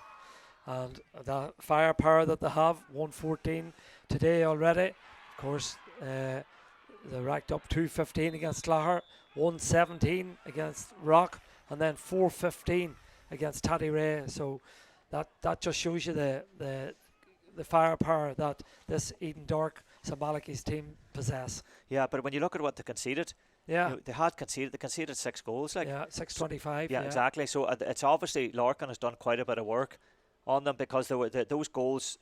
Taddy Ray got through them quite easy, so they did, to stroke them. So they've obviously done a decent bit of work on tightening up, which is evident for us to see out here today. Yeah, very impressed by their rear guard. They've been everyone doing their job, solid, purposeful, know their jobs, know their roles. No change, of course, when Keenan went in to full forward. They've just left Manili in there. They're confident in his capabilities, Shawnee. Yeah. That's a good sign. There was no panic. There was no sort of thing, because he's big. There was no let's move Harry Oak back, or let's move. He couldn't score this one, could he? No, I think he's tailed it, has he? Yeah, it's gone to the left and gone wide. I think that was the furthest one out. Yeah. First wide of the second half. The sun has died a bit on the pitch, we're still getting it up here in the press box there, but you can see the way it's died down. There's Dara coming on now. Dara McSwiggan on the field playing, going off by Kieran Brawley. Kieran Brawley, yeah. Kieran's young, and Kieran's got lots of potential, so he has. Just today wasn't being his day. Yeah, a 20-year-old goes off and an 18-year-old comes on. He's still a student. Final year in the CBS is Dara McSwiggan. And Dara would be a first cousin of the two McNultys. All right, yeah.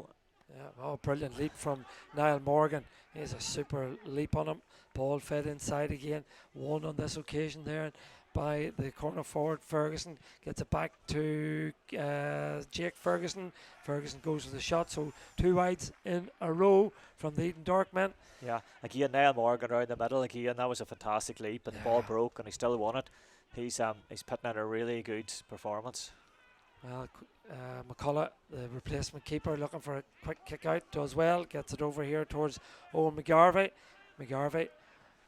Working back deep, trying to get his side going, gives it to his brother Brian, who gives it to McAleer.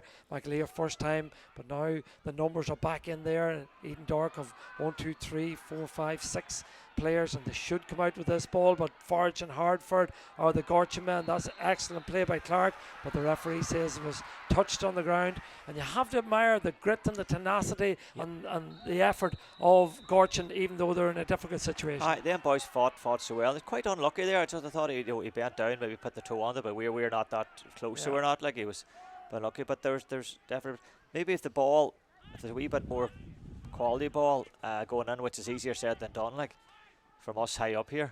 Yeah, well, wherever you are in the world, and if you're an Edendork fan, I'm sure you're enjoying this broadcast of the Tyrone Intermediate Football Championship final from Healy Park, playing for the right to lift the Paddy Cullen Cup. This broadcast coming to you in association with our sponsors from Todd's Leap, and we thank them for all their help throughout the year. As the ball is fed forward, not a good ball on this occasion, picked up there by the goalkeeper, but left instead for Faker McNulty. So if you want to let us know where you are in the world, give us a shout out. We'll try and pick up your message. If you want to put it through on Twitter to Tyrone GA Live or to my own account at Ger_Tracy, we'll try and pick up and give you a shout out wherever you are in the world, as the ball is fed in there by Brian McGarvey. Good ball inside again, well picked up by the hard working Shane Clark. Clark does well, gives it to Keenan. Keenan goes for the rasper, but he got too much height on it, but that's better. And Shane Clark, the ball. I mean, Shane made a good run. He come from behind, got out in front, but the really, really good ball. I think it was from Niall McGinn there. I think it was. That was a really, really good ball. That's the sort of ball they need. See, Edendork have brought on a sub. They brought on Darren McCurry's brother, Christopher, who actually went off injured and against Taddy Ray. It was like a hamstring. I thought he nearly maybe pulled his hamstring that day. He went down. So the fact that he's able to take part in today's final. well, it'll be an opportunity now for Logan Martin to run his bench with 23 minutes played in this second half. 115 to 7, 114 I should say, to 7 points. So the referee threw that ball up there, and the free will go the way of the men from Edendork. 114 to 7, and we're in the last 6 minutes of this game. Ball won there by Darren McCurry. McCurry coming forward again, showing great pace again. Can he finish? I'm sure he can. Left foot this time, over the bar it goes. Another brilliant score from Darren McCurry, brings his tally to 1-7 in the game. Yeah, it's almost like a telepathic relationship. There's Niall Morgan.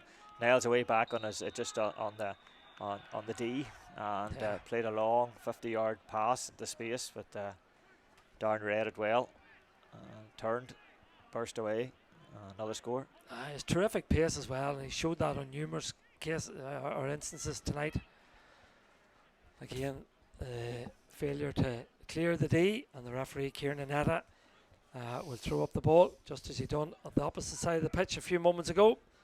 So the ball is thrown up and won on that occasion by the Edendork men. Difficult to get any space to do something constructive with it, and to be fair to Gortin, they've turned it over, and over there on the far side is Sean O'McAleer, and he's fouled. The referee awards the free. We're having problems with the sun, Shawnee. We wish it were going behind that stand. Sun's in the eyes. So scoreboard reading now 115 to 7 points in favour of the men from Edendork. I was lucky again, maybe they could have got a black card there, so we could have just getting the yellow one. Tackles go in again, but the referee again right up a play. Kieran Netta awards the free to Gortin. Tries to spread the play, but there's four Edendork men there, and Shane Clark and Niall McGinn in contesting it, but on this occasion it's easy picked up by Edendork. They had numbers back. Numbers back, I mean, like Shane tried his best jumping, but he was never going to win that there, so he wasn't. So attention is needed for one of the men from Edendork, and I suppose it's a pity in a way, Shawnee, that there's not an Ulster club campaign this year, because you know at intermediate level it would take a smashing team to deal with a side with the capabilities of Edendork. It would, yeah, and because Tyrone have been so good at winning Ulster and even a number of All-Ireland intermediates as well as in junior, that it just shows the strength and depth of our county, our football, that we've got a 16 team division, and that some teams down that are maybe around 17th best team is actually able to go on and win All Irelands. So, but unfortunately, it's not going to be this year. Like, yeah, well, I did say at the start of the programme that we started this intermediate championship when Taddy Ray played Strabane on the 21st of August, and our quarter-finals we had Taddy Ray, Barra, Rock, Edendork, Ahalou, Greencastle, Eglish and Gortin, and then progressing to the semi-finals was Taddy Ray and Edendork and Greencastle and Gortin, and the final tonight less than a month later is Edendork and Gortin, and as Edendork look as if they are certainly the team that are going to bring the Paddy Cullen Cup home as they go for another score. On this occasion is Colin Kilpatrick. That's his first of the day. He gets in on the act, and that's an excellent score by Colin.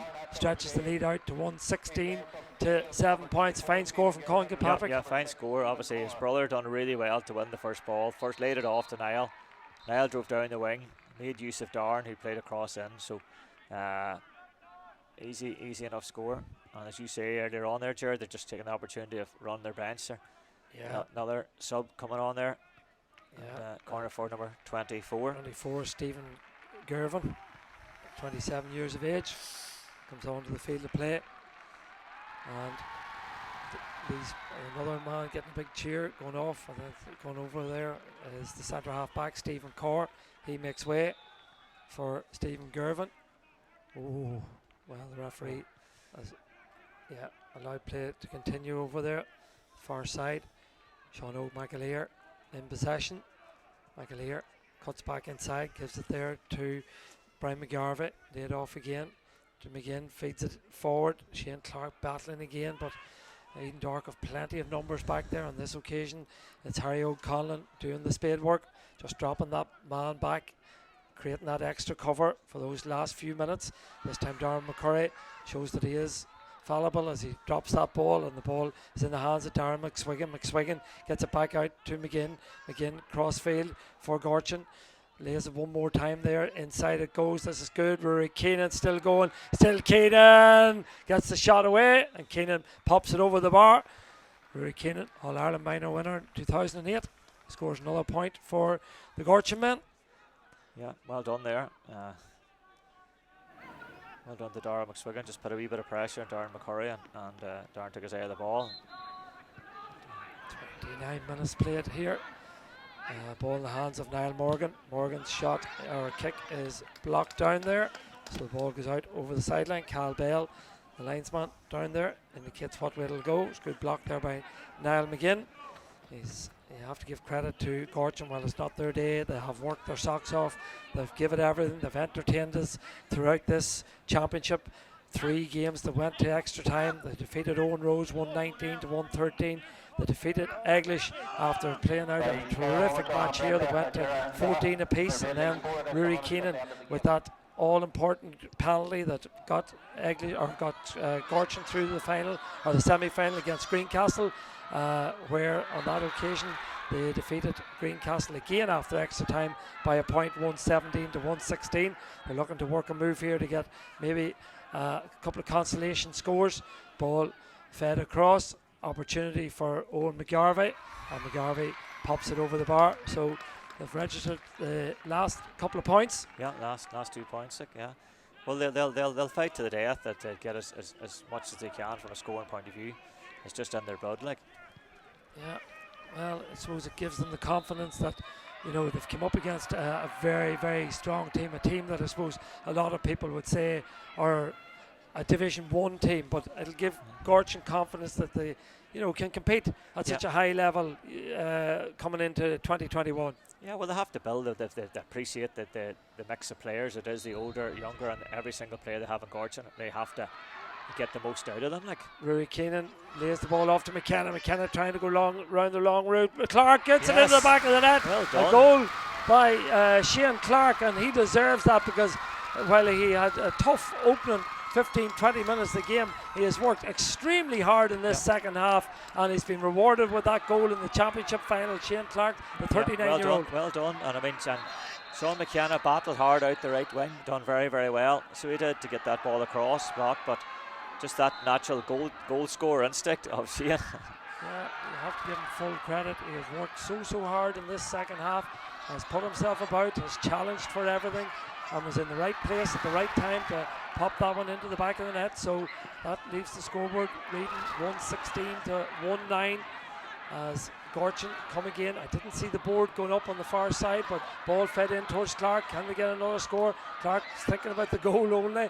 Lays it, didn't lay it off. Did he carry too far? Referee says no. Ball eventually back into McSwiggan. McSwiggan goes for the post, but it's gone to the right and gone wide. And I think Shane would have been best place to just pop it over the bar. Yeah, I suppose that's just decision making there. Like, you know, he just had a chance to make a decision, and he decided to go for the goal. Yeah, well, just a little bit of pulling and pushing going out in the middle of the field, which Kieran Nanetta is stepping in to sort out. The goalkeeper Mark McReynolds prepares to take the kick out. We've played 32 minutes. I presume we'll have a minute or two more just, and then the celebrations can begin for Edendork. This has been the go-to down this side. Yeah. For Niall Morgan has been the go-to. Not a good well ball by Morgan. Well read by Brian. Yeah, gives it to McGarvey. Back inside it goes now. Opportunity for Rory Keenan. Keenan gives it inside to looking for his namesake Peter Keenan, but the ball has been turned over, and coming out with it is Stephen Gervin for Edendork. Gervin fists it forward, but well defended again on that occasion. But Gervin had made up a lot of ground. It comes forward, going in there and trying to get the tackle in was Oisin McNulty. The referee says a legal tackle, so the free will go the way of Edendork, and I can guarantee you there'll be an absolutely no rush to take this one. No credit there. With Stephen Gervin there, he shipped a heavy challenge. He had to bend his back to get the ball, and so far ahead he might have thought twice, but he bent down, he took his hit, and he got them another free, because Gortin obviously had just scored 1-2 here, and they'd a chance for more, and but the ball's staying up now at the other end. Yeah, see the photographers lining up to get the snaps that you'll see in the papers, the Tyrone papers, early next week. Benny Hurl, of course, from Team Talk, and Rory Cox there as Morgan drifts one in. That's brilliant from Niall Morgan. What a way to finish the game. I would say that's probably close to being the final score of the game, but that's just sheer class. Well, on big days you want your big players playing well, and Roger alluded at half time about wanting the Gortin players to get their hands on the ball more, but as it turns out today, the big players for Edendork, Darren McCurry and Niall Morgan have been actually fantastic. Fantastic. Yeah, between them they've scored 1-7 and 3-1-10, I think, between them, as Gortin float this one in. Rory Keenan drifts it in. Clark goes for it again. Foraging for it. Has it gone out over the end line? It has, and I think the referee, has he called for the ball? Is it all over? Yes, indeed it is. It's all over, and Edendork are the team that there's their manager Lorcan Martin, and the backroom team that he has assembled there. I see Gary Curry alongside him there, and Gary Mahan.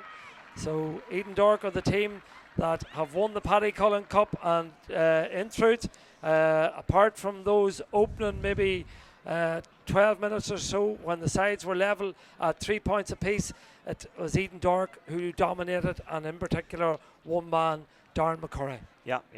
Like when you do come to a final, it's about your turning up on the day, and Darren turned up on the day and showed his class. And Niall Morgan too, I think, was excellent too out around the field.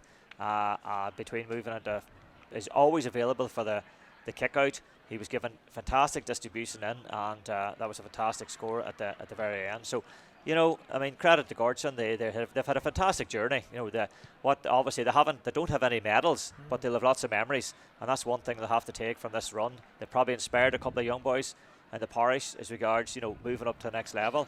But today's Edendork's day. Yeah, and rightly so, and it's good scenes out there on the pitch with both sides mingling, shaking hands. Some of the supporters from Edendork drifting onto the field of play to warmly congratulate their heroes from their parish, from their club, and they can add this to their roll of honour.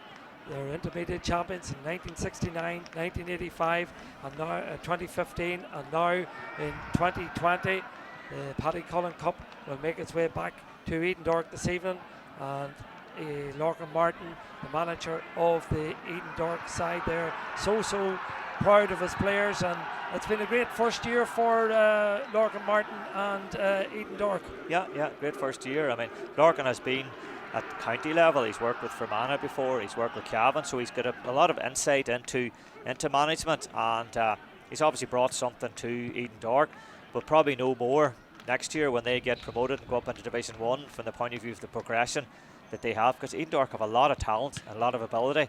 They just don't maybe always show it, so it'll be interesting to see if Lorcan can take it out of them next year when they're up in Division 1. Yeah, well, I think the material's there by the looks of things in that side, and of course they have good youths coming through as well. A lot of good work going on in the Edendork club, so you would think that they would be able to sustain themselves in Division 1. A lot of people were surprised that they got relegated. Yeah. Well, the league table doesn't lie, and you play your 15 games, and while people would have said maybe, oh, they're too good to go down, but they obviously weren't consistent. That's the issue. Like, you know, it's about consistency in the league to get enough points. So, but at the end of the day, you learn from that. Like, you learn from that, and you pick up, and coming on the back of winning something too, that'll lift the confidence. They've a couple of good young players there too, very young players like Niall Kilpatrick in there. You know, he's only 20. You know, Cian Ferguson in there too. You know, their brothers play. You know, there's a good connection with the family. Like, so. That's a positive thing too. So it is. So, you know, Colin Kilpatrick's only 23. You have a lot around that sort of Stephen Cord 23, and then you've got those guys from their good minor teams in the past. You know, Jake Ferguson and Conor Mallon and Donald Manili on the sort of mid-20s. Mark McGreynolds. So, you know, those guys were playing Grade 1 football, and they were in minor finals and winning juvenile titles. Like, so, it's about them sort of stepping up to the next level. One player, I think, over the age of 30 in that squad, and that's Padraig Donnelly, the cornerback. You know, the forwards get the glory, and maybe rightly so. The full back line of Padraig Donnelly, Donald Manili, and Jack Donnelly were absolutely super. Yeah, they were good. They were left in there one-on-one, and they took on responsibility, stood up. Broke ball, covered, and out. I only conceded the team who's conceded as much as they have. We're going to pick up the speech here from Chairman Michael Kerr. With every club championship match in Tyrone being a sellout. So, to the volunteers within the county who made the fixtures and who looked after the venues, I want to say a big thank you. The strength of our association has been its community base for many years, and to all the volunteers within all the clubs, I thank you for all the work you're doing during this pandemic, and keep up the good work in promoting our association and protecting our communities. To the championship sponsors, LCC Group, a big thank you. Without your sponsorship and help, the county would be in a lot worse position.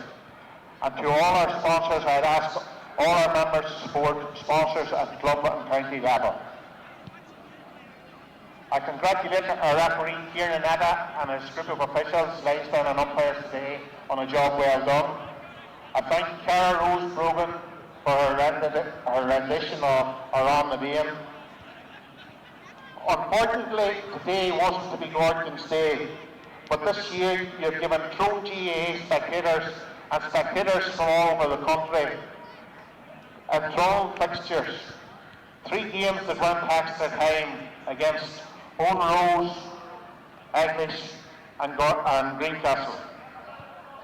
I know that with all the work that's going on in youth in Gortin, it will not be long to your back, and I wish you all the best in the years to come.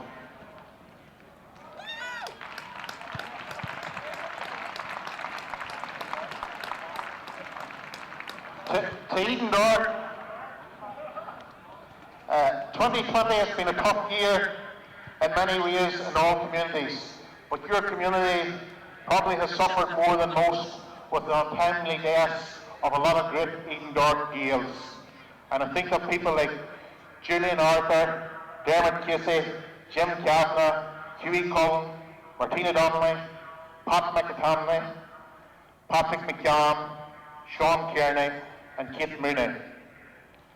They were all up there this evening watching you.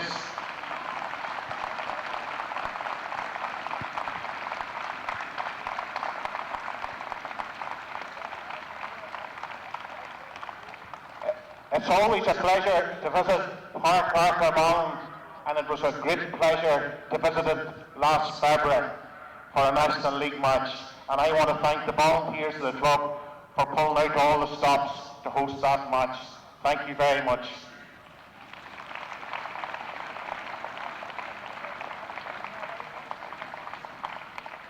The good news is you're championship winners for this year, but next year you're in the senior championship, Division 1, back where a lot of people would believe you always should have been. So,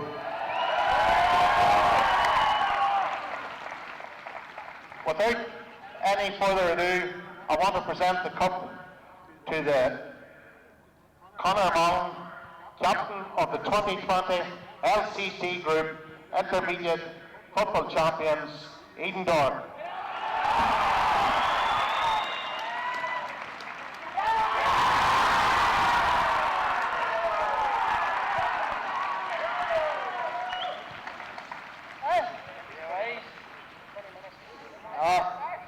Ways up. I'll not be keeping these. I'm ready for a drink. I'll have to out there today. No, I just want to start. I want to thank Gortin that maybe they didn't perform it, maybe wanted to do it today, but they're a great side, great championship team. And they just were unlucky today. So round of applause for Gortin there, boys.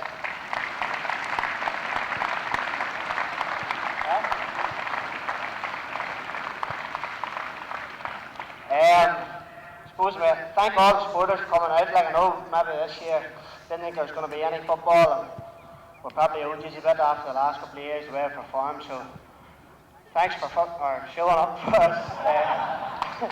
Thanks for showing up and all supporting us no matter what's going on. So round of applause for you. Thank you.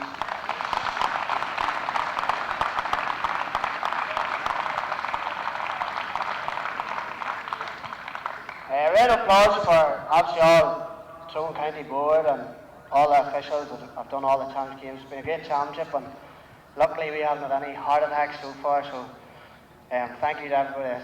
Put the people to it's gone, boys, you know. Show it a bit.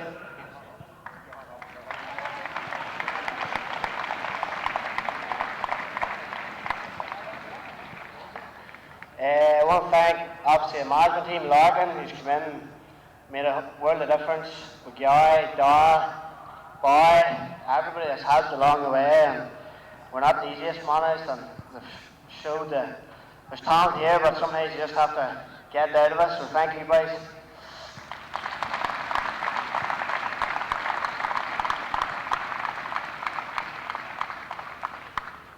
Last but not least, the boys.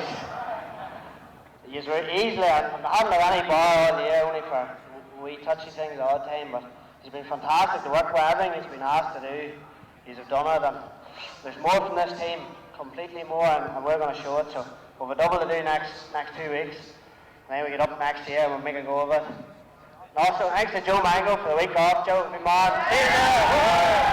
Up there.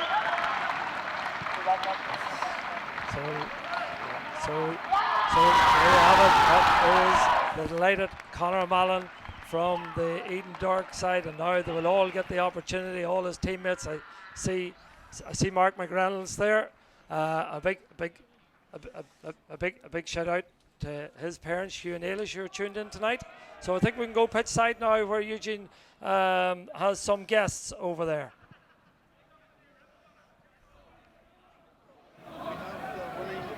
Manager here with us, Lorcan Martin, Coharges, Mocara. A brilliant victory for Edendork here today. They weathered the early storm, 10 minutes, it was touch and go, 3 points each. Then they got that water break and everything in the 15-minute period. Just hit 1-4 unanswered, and the second half was really an exhilarating performance. You'd have to be pleased.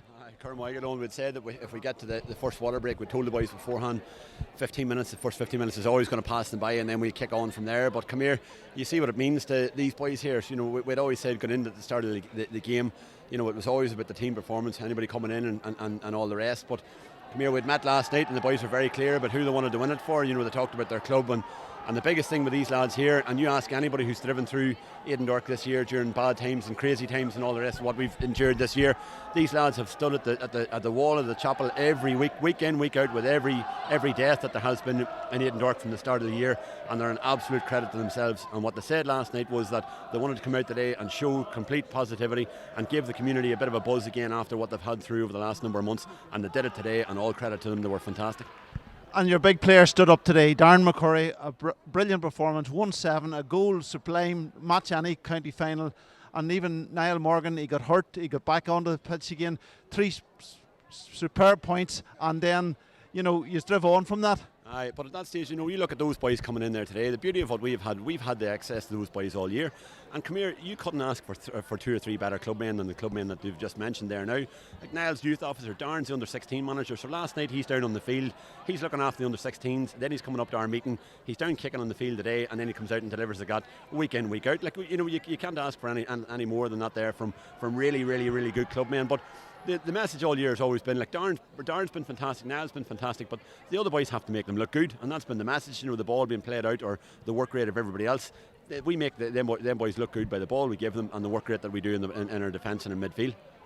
Yeah, and you have to give credit to Gortin too. They've had a tough ride there, 3 big games where it all went extra time. Penalties, it takes a lot out of a team, but they didn't throw in the towel. They kept fighting, they kept battling away right to the end, and that's what you'd expect from any team. From here, Gortin are class. Like, what you're going to get from them, like the pride that they have in their community, like every other club. Like, and I suppose we knew that coming in today. We had been told all week that they were going to outwork us and all the rest, and that was, for us, that was a big push on for us. The fact that somebody was going to say they were going to outwork us and hungrier and all the rest. Because come here, you ask these boys here how hungry they've been. Like we lads nearly in tears last night in our team meeting, talking about how much it meant to them to win a title. They haven't won one since 2015, and there's boys coming in there now who've never won anything at adult level. So like they come in today, Gortin, all credit them how hungry they were. And come here, they'll be back and they'll be up and coming now over the next number of years. But going back, the biggest thing here is, like, what have we had over the last number of months? Only the GA. And especially with our boys, we have a lot of boys who've been off in furlough and we've boys who've lost jobs, we've boys who've had illnesses at home and all the rest. And what else have they been at? But they've had the beauty about it, been able to get down to the field, get together and play games and go and support each other. And come here, that's the fantastic thing of this year's championship. Yes, and certainly, we're very lucky that Tyrone TV, we've been able to bring most of the action from all the games this year. And I think, when people right across the world see this here today, it just shows you how much it means to every parish to compete and get to play in a county final. And look at social media over the last 2 weeks of the 2 teams that are in the final now. Messages coming from everywhere all around the world. Businesses stumping up now and helping out with the community and helping out with the club and everybody around each. And Gortin's the same. I looked come through it there last week and look at the buzz that there was in that community and all the rest. And come here, you look at the bad press that we've had over the last number of months with the GA and all the rest. And come here, I would ask, people who aren't involved, what do they be doing with the weekend? What do they be doing with their time? Because, where else do you want to be other than around people, around Gaels and around people in your own community and being able to celebrate and get out? And that's, fair play to Gortin, and we'll enjoy this celebration tonight. Well, thanks very much, and congratulations again to yourself and the Edendork club, and good luck in the league. You're going for the title, I'm sure too. So all the best for that, and thank you for joining us here on Tyrone TV. Well, and now I'll hand you back to the guys in the studio. There you have it there, first hand from Lorcan Markin, and he speaks really, really well, and he speaks very passionately, Sean. He's a true Gael, and he reflects on the importance of the GAA at this time. He reflects on the importance of the GAA in his community and that Edendork community. Spoke very, very well. Yeah, spoke very well, and he probably's gone a wee bit deeper than we would hear and stuff like that. So, I mean, motivation's a big thing. If you can get motivation, I mean, whenever you look at footballers, it's actually there's skill and there's will, and some people have lots of skill but they lack the will, and other people have huge will, they don't have the skill and the talent, and you can sort of see that. But when you get the two of them oriented together, as we've seen there today, I mean, Edendork throughout the field, they had a lot of skill, but they had a lot of will. They were going the extra mile. They were very competitive. They were putting their bodies on the line, and whenever you hear Lorcan talk about the families and all the deaths that have taken place there, and those things are just their extra motivations. They're bigger ways. People usually sort of talk about like the what, the how, and the why. People forget sometimes about the why, so they do. But he talked. They used the why an awful lot.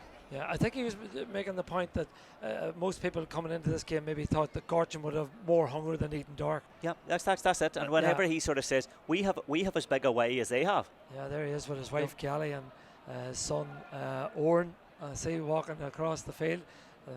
A very happy family picture there. Yeah, a very happy family picture is right. I know Lorcan very well. I worked with him, of course, in Fermanagh a number of years ago, and he's a very driven individual, and delighted for him this evening to be part of this success for Edendork, and he's thoroughly enjoying it. Yeah, he's thoroughly enjoying it. I mean, he's a motivated person himself. He wants to do well himself. He has he obviously has achievement motivation. His inner drive to do well. That's why he's gone off to these other counties and he's learned an awful lot, and he's taken them, and now he's got a sort of head coach role there with a good team. So he's driven, and he talked about it. But what I did like a lot about him, that whole thing about, like, you know, the club and the community. You know, he talked a lot about the club and the community and what it meant to them, and that they, even though they can in as favourites and they have the quality, I love that thing he talked about. They had just as high a motivation as Gortin had. There'll be a lot of happy Edendork people across the world this evening. They'll enjoy this victory. I don't know whether it was picked up earlier. I got a message in on Twitter here to give a shout out to Mark McReynolds' parents, Hugh and Ailish. So I'm sure Hugh and Ailish are basking in the glory of a victory and their son's participation in that victory. So look at Shawnee. All in all, it's a deserved victory, and there's no doubt that the best team in intermediate football have been crowned the intermediate champions. Yeah, and they've kind of carried that favourites tag from very start. People were talking about them, it's going to be a walkover, it's going to see them, but that doesn't normally happen. You have to go out and produce on the day, full stop. So therefore, they produced on the day, and they had potential, but they showed performance. So that's what I like about that there. They done it on the day, and there was no ifs and no buts. So credit to them, worthy winners. Yeah, and it's interesting. Before we wrap up, I'm just looking to my left, and the floodlights are on here. But the Gortin team are still in their huddle, even maybe 15 minutes since this game finished. They're still going through and having a discussion and maybe planning for what the future holds. Well, they still have an opportunity now, maybe in the league, you know, with the number of games left in the league, from the point of view of trying to go up and get to a league final. And Colum's Gortin through and through, you know, and a big man with two sons playing and stuff like that. And the McGarveys have given a lot to Gortin, so, and there's a lot of brothers not there. So it's very, very good for what's happening in the community. But he probably is talking now about the future. We need to keep this going. Yeah, you know, we can't just not drop this. Well, it's been a great evening here on Tyrone GA TV. We hope you have enjoyed this broadcast coming to you from Healy Park in association with our broadcast partners, Todd's Leap. Of course, tomorrow, Shawnee, final word from yourself is county final day. At the start of the year, we didn't know whether we'd have football at all. We've got as far as the county final day tomorrow, and Dungannon against Trillick, and a novel pairing, and one we're really all looking forward to. Yeah, really looking forward to it. Like, I mean, Trillick are worthy champions. Last year they were very, very good Tyrone champions, and they've showed so far in the games they've played. They've been very, very good. You know, good luck to Dungannon. They've won their 3 games on an extra time. They seem to be down and out against Lochmahorry. They came back and they won it. Same with Arbo, and they've gone out there, you know, against Ergal Kieran and done the same. So there's something about this Dungannon team. There's an element of grit about them. But I suppose it's about the quality. Whenever they're up against a Trillick team who've got a lot of quality. But again, I think we alluded to it today. See the key players. You know, tomorrow the key players for Trillick are going to be, you know, obviously Matty Donnelly and Richie Donnelly and maybe their county players, and the Gardays at the moment are playing so well. Like, so they're going to have to really win those battles. Yeah. That they have to win those battles. The key battles, which is key. So. And you're not a betting man, but if you were. One word, Trillick Dungannon. Well, if it was a betting man, like, you know, I'm afraid I would be putting my money in Trillick. I just feel as though that they're a good bit ahead of most teams in Trillick and the county at the moment. They have a great system of play too. You know, I love the way they play with the inside fast men. They play as a team. They play with their heads up. They move the ball. So the quality, but we'll see how it goes tomorrow. Well, there's a good picture there of Darren McCurry doing his post-match interviews. So look, we'll wrap it up here in Healy Park. It's been a great evening for Edendork. We started the Intermediate Championship with 16 teams less than a month ago, but on the 19th of September 2020, the Edendork St Malachy's are the team that have lifted the Paddy Cullen Cup here in Healy Park, courtesy of 117 to 1-9 victory over Gortin. We congratulate Edendork on their victory, and until we meet tomorrow for the senior final, we thank you for you're watching this broadcast tonight, and we'll talk tomorrow afternoon. Until then, slán go fáil.